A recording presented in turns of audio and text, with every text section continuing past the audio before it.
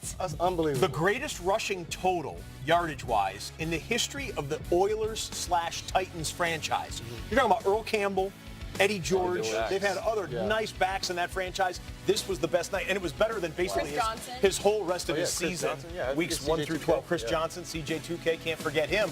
But Derrick Henry was the man of the night. You know, it was so crazy because before we were in the huddle, it's like you got to break a 99-yarder. My main focus is getting positive yards. But, you know, when I hacked the ball, I got it.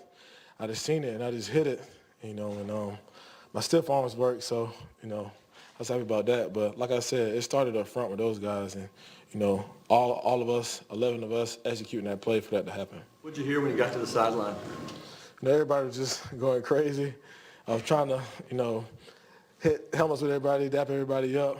You know, it was a crazy play. But like I said, you know, us as a whole, as an offense, we executed that all together. What a night for him. What do the Titans take from this moving forward? Well, they got a great running back. They got a great run game with Derrick Henry and Dion Lewis, and just getting him involved this game. I love seeing it because he is a weapon, right? When he gets into that secondary, there are not many safeties or corners that can or even want to tackle a guy that size. You said he's 6'3", 250 pounds, and he runs 21, 22 miles an hour. That's a weapon in itself. So to have a guy like that, the performance he put up today, and with that kind of size, man, I'm just still in awe of just everything he was able to accomplish. He could win the Heisman He's Trophy. He's still breaking tackles. he ain't even took his pads off yet. He's still ready to break some more tackles up there. By the way, he said he was voting for Tua, his Alabama friend. Yeah, that's good. Because every Heisman winner gets to vote. Yeah. I respect As he should. I like Derrick just because, well, if you think about how their offense has been set up, they've been really needing this all year. Yeah. You know, you got people sitting at home that didn't play him in fantasy. They're probably hot right I know my brother Darren didn't play him in fantasy, so, well, that's what happens. But no one did, right? No one played him. Way to go, Darren. I know. You had your chance. But in reality, they needed this all year, and they're still in this thing. They really are. I mean, the Texans are sitting there with 9 wins. They still got a chance at this thing. Most fantasy points of the season. That's unbelievable. That's the best fantasy I had a guy performance tweet all me season. saying he benched Derrick Henry and he started the Jags defense tonight. Talk about kicking somebody while they down, man. We're going to be watching this run for years and years to come. I hope young kids, young players, running backs who are aspiring to play in this league see this, because this is how you finish plays. This is the kind of effort that you give, and you just see how it elevated his teammates around him. I mean, when he came to the sideline, he said everybody was jumping on him, excited for him.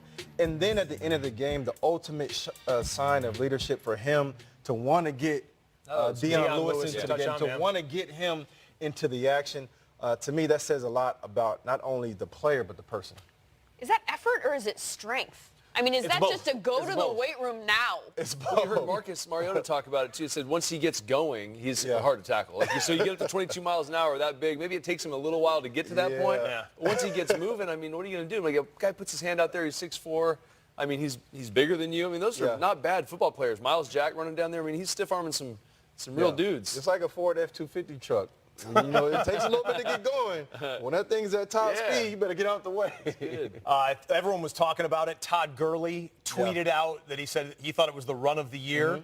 Someone replied to it, now Todd Gurley would have stopped at the 1-yard line. If it was Todd Gurley. Todd was good-natured about it, in case you're wondering. He laughed at it. CJ2K tweeted at it, Le'Veon Bell, and it's great to see that kind of support from other players watching Thursday Night Football, and just supporting, other guys. They recognize how difficult it is. Exactly. I mean, that's not, exactly. You've played running back, right? I mean, I love I know the you did that fact to that Fresno State back in the day. I don't want to bring up old stuff, but I remember when you did that to us.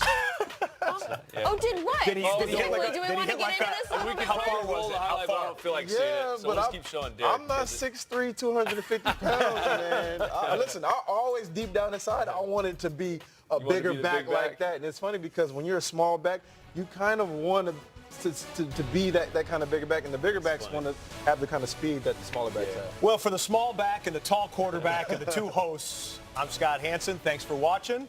Thursday Night Football was a good one.